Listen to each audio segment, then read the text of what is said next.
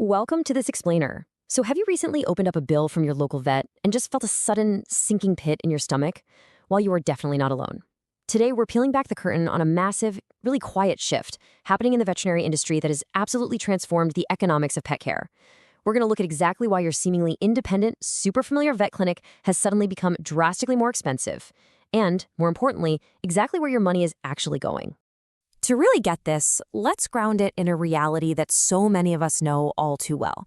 Imagine taking your dog or cat to the exact same clinic you visited for a decade.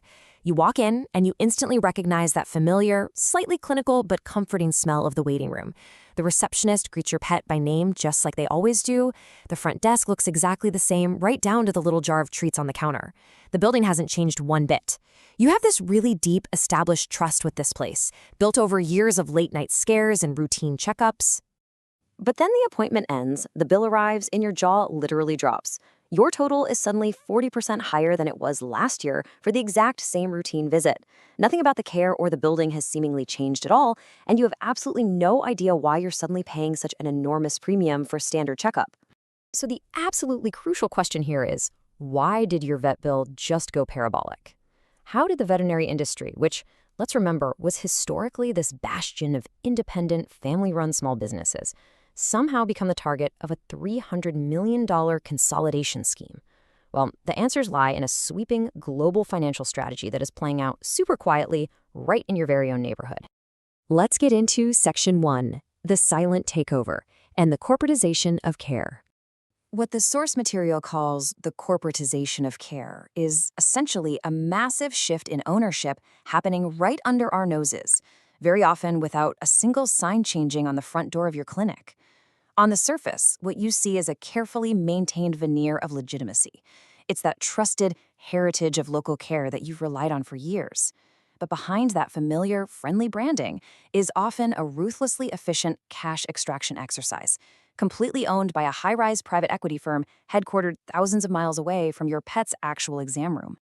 Moving on to Section 2, creating a thin market and how they weaken competition. To really understand how this silent takeover works, we have to look at the private equity playbook and how these massive financial entities manipulate local economies. By quietly buying up dozens of independent practices and sticking them all under one giant corporate umbrella, these firms create what economists call a thin market. Think of it as a bit of an industry secret.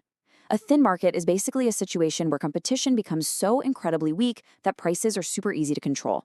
When a single entity buys out the majority of vet options within a 50-mile radius, they completely remove the natural ceiling on pricing. As a consumer, you simply have nowhere else to go.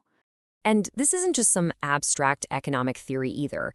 The UK's competition watchdog is actually sounding the alarm on this exact issue right now. A pet owner might get totally frustrated with rising costs and decide, hey, I'm going to drive across town to a rival clinic. They think they're exercising their power as a consumer by choosing between different independent vets. But behind the scenes, completely unaware, they're effectively feeding the exact same gluttonous parent company. The money just flows upward to the exact same bank account, creating this brilliant but insidious monopoly in plain sight. Let's look at Section 3, the greedflation magic trick and weaponizing your loyalty. Once that veneer of local legitimacy is securely established, the sources point out that the next step in the playbook is the ultimate betrayal of trust. It's a concept known as greedflation. This involves using the broad, widely accepted idea of inflation as a really convenient cover to aggressively hike profit margins, long after those price increases are actually justifiable by any underlying economic conditions. It's basically a magic trick, where your deep brand loyalty to your local vet is weaponized directly against your wallet. They know you won't want to uproot your sick dog from the doctor you trust, so they just quietly raid your bank account under the guise of macroeconomic headlines. And the math on this is just staggering. While actual import costs like your basic medical supplies and operational overhead might tick up by a mere 1%, you are charged drastically more. The difference? An extra 2.4% markup strictly for what the source cheekily calls shareholder smiles. You aren't paying for better medicine or cutting-edge technology or even higher salaries for the hardworking vet techs. You're quite literally just paying for better dividends for investors who have never even met your pet. Which brings us to Section 4, the era of enshittification and treating the customer worse. The sources use a very specific, kind of colorful modern term to describe what this entire industry is undergoing: enshittification. This happens when maximizing shareholder value becomes the absolute primary goal of a business. Eventually, you hit a wall, right? And the only way to squeeze out more revenue is by actively treating the customer worse. It creates this incredibly jarring disconnect. You might see these high-gloss corporate brochures promising optimized care and premium wellness journeys, but the actual reality in the waiting room feels cold, rushed, and profoundly frustrating. So, what does that actually look like in practice? Well, you start experiencing a cascade of bad service, which the sources literally call absolute buffoonery. We're talking shorter, way more rushed appointments where the vet barely has time to answer your questions. You start facing aggressive pushes for these unnecessary subscription-based wellness plans, and suddenly your bill is padded with nebulous extra fees. Things that feel eerily reminiscent of the banking sector. Like suddenly getting hit with a production of documents fee or some unexplainable processing charge literally just for showing up. Finally, Section 5. The true cost of care and looking beyond the wallet. What the research makes incredibly clear is that this private equity siege is completely putting the cart before the horse. The current business model actively trades away vital, long-term medical expertise, the deep, nuanced knowledge that actually keeps animals genuinely healthy over their entire lifespan, for short-term financial gains meant to just satisfy quarterly earnings reports.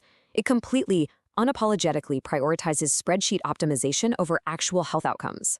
And the collateral damage of this entire model, that falls directly onto the clinic workers. By forcing veterinary staff to hit these really aggressive corporate-mandated quarterly targets, these structures are just burning out the highly trained humans who actually do the work. Veterinarians who went to school for years and years to heal animals are now being treated as quota-carrying salespeople, intensely pressured to upsell medications and totally unnecessary tests.